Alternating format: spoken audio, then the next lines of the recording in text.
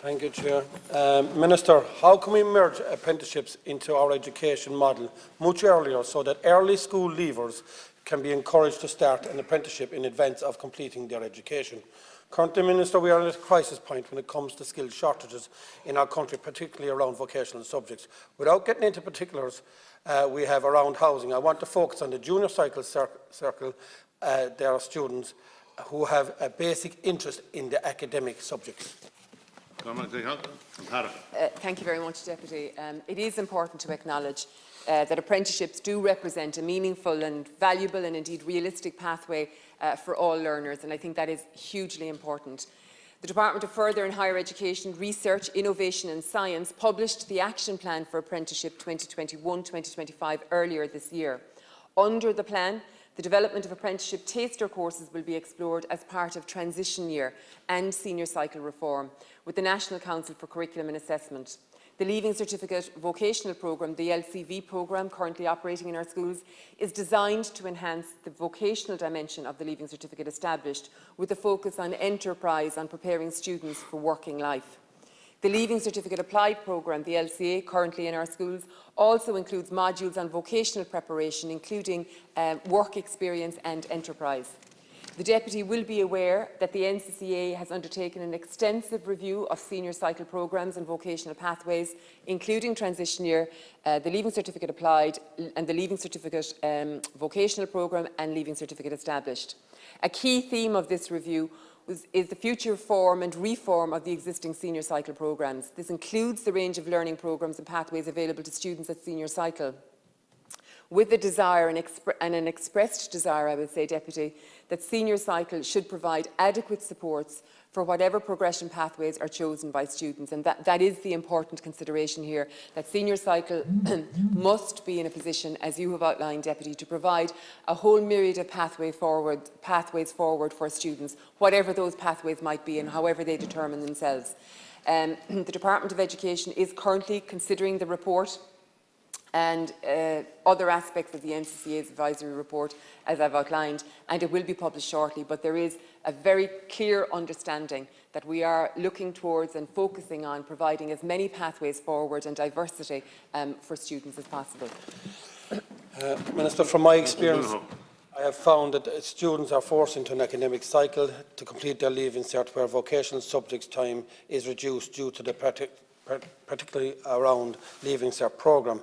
My suggestion to you, Minister for Education, is commence the process much earlier, merge the FETEC framework at Junior Cert stage, possibly during transition year, build in a 2-day-a-week work experience into the apprenticeship. The school is encouraged to build a partnership with the local industry. There are lots of possibilities regarding this suggestion. Employers can feed into an app or a site.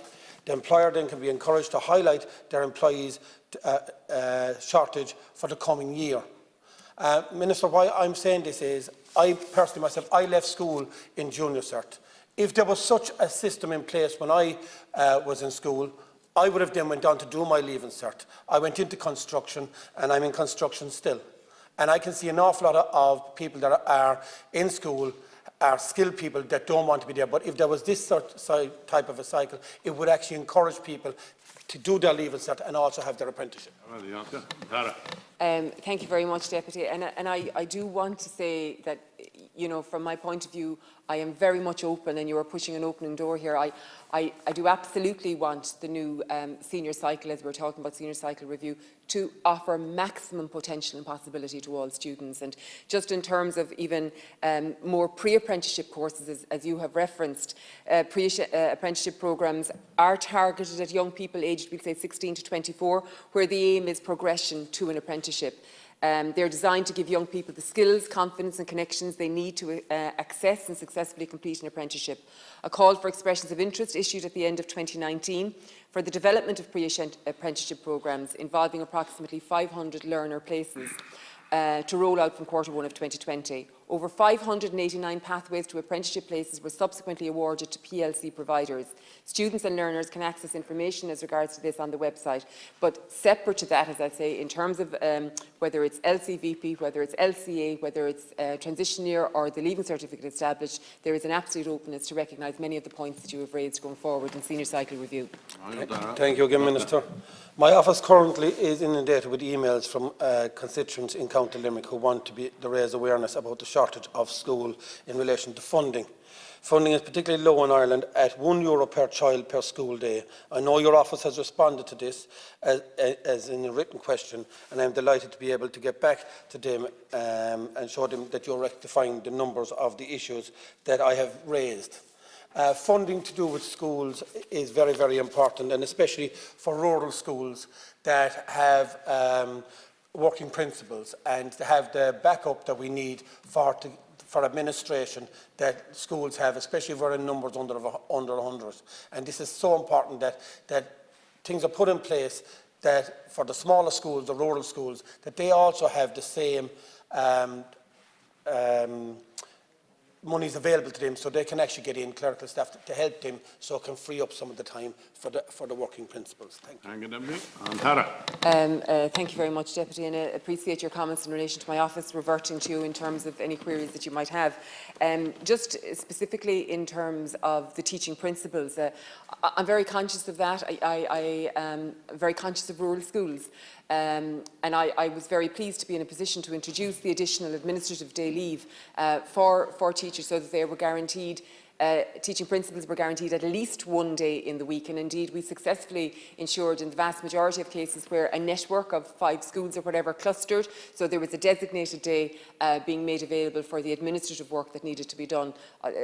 Principals, deputy principals, or whatever the case might be in a particular school. And that is important. And indeed, even in the wider sector of education in terms of COVID measures and whether it was exams at post-primary level or whatever, I was always very conscious of the need to put in place, for example, assistance that could be provided to school leadership, whether it was exam aid or whatever, and even the return to school, there was aid provided. So I'm very conscious of that. I hope to build on that going forward. It has worked very, very well in our school system, but I have a unique understanding and appreciation of the issues that you have raised, whether they are small schools or larger schools. Thank you, Deputy.